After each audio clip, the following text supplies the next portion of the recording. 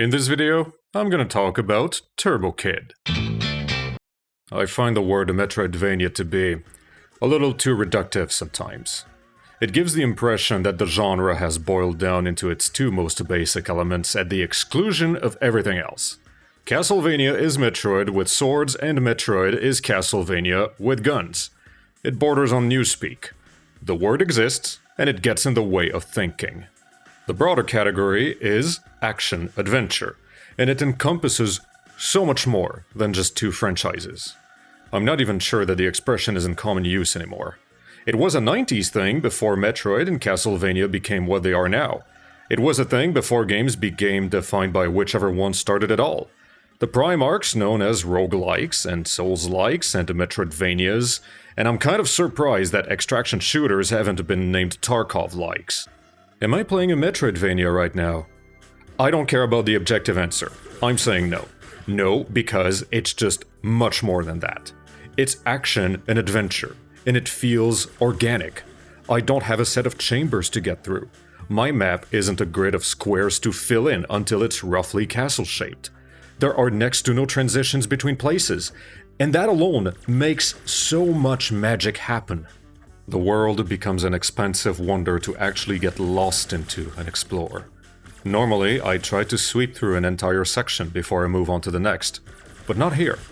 Here, I take a path and I see it all the way to the end, even if it means ending somewhere far away.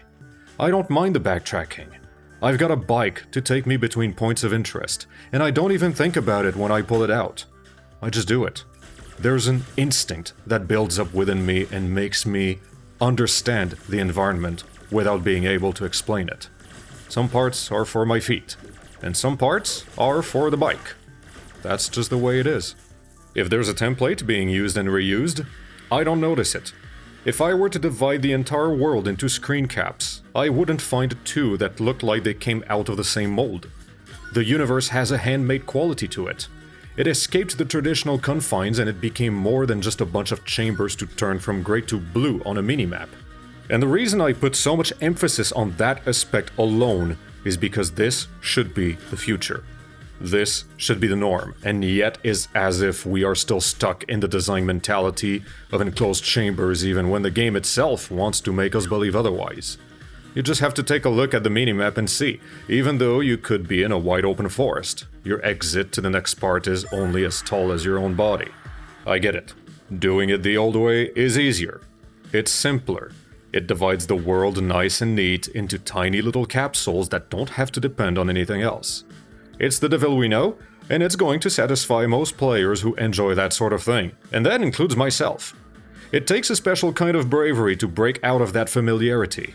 I have no doubt in my mind that it's hard, and it's complicated, and there's no guarantee that it'll work with the mass market. Anyway, that's enough of that, on to the meat and potatoes. I'm left to pilot a bright red kid wherever I see fit.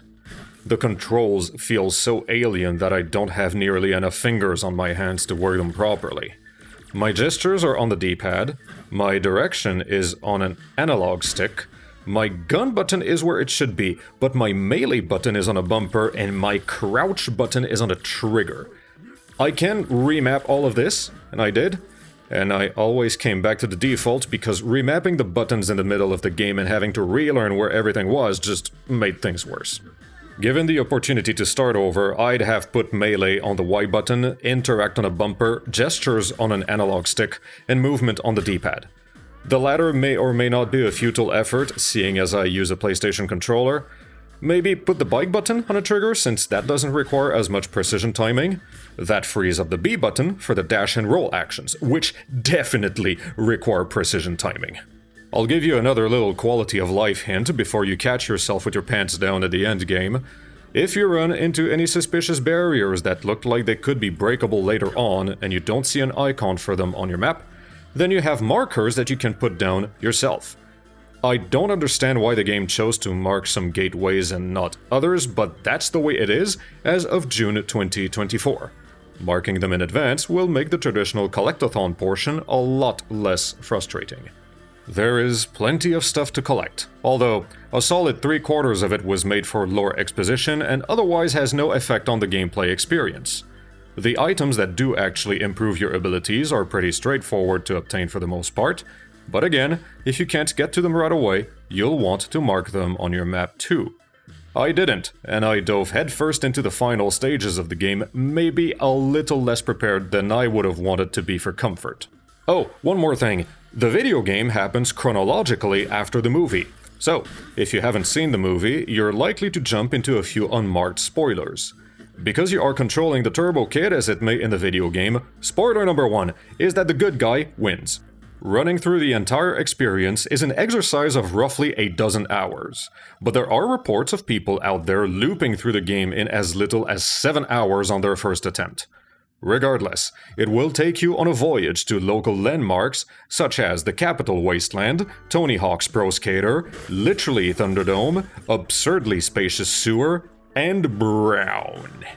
Each area has its own bit of soundtrack, synthwave to perfection, always a little different and actually a bit memorable. It's pretty impressive, seeing as the music is meant to be a background atmosphere and not an active participant. It always sounds like it's coming from next room over, and the door has been left open, if that makes any sense. It's really all just a ball of fun to explore and discover. It just requires a little bit of setup. Bluntly speaking, I don't agree with the default control scheme. It makes the game feel like it's got more buttons than it should. Getting from one place to another is the smoothest experience I can wish for. It's the precision trick shots that demand more finesse in the fingerwork. And I will fully disclose that I've never been a handsy person. That pretty much spelled disaster when I attempted a challenge in which I had to shoot down several shotgun-wielding baddies while dodging bouncing tires coming from above, buzzsaw traps coming from below, and all while 2 ex-crazy maniacs were chasing me around the area. It's on me for not taking a step back. I should have tweaked my settings earlier and stuck to my choices. But I'm not sure I want to put all the blame on myself. I don't think I've ever played a game where I felt the controls needed to be changed so much from their default setting. I took damage more often to mistakenly pushing the wrong button than from misjudging an attack or failing to read my opponent correctly. In a bunch of cases, I solved my problems by face-stinking them or by hanging out in a cheap corner to take pot shots from the safest position I could find. Gets the job done, but it doesn't make for a satisfying completion.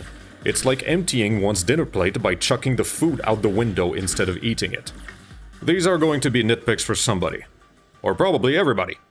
But, hear me out, first impressions count. We're not quite on the level of the blind date showing up with an offensive shirt and a face tattoo. We're more on the level of the deodorant having failed them just a little. It might get noticed and acted upon with a quick trip to the bathroom to freshen up, or it might remain a mystery unsolved for way too long and it's left to tarnish the experience in the meantime. The latter outcome is unlikely, but it's possible. It's a good reminder to never assume anything and to never take things for granted. As they say, hope for the best and prepare for the worst. 5 times out of 6, nothing will happen and it will be smooth sailing all the way. I trust that most everyone playing this will have a good time and not think twice about it. This is a note to myself and to the wise that, now and then, something will trip you up and you will have to remember to stop, reassess the situation, and come up with a resolution. Without a contingency plan, one can run in circles for a pretty long time before ultimately blaming their own stupidity.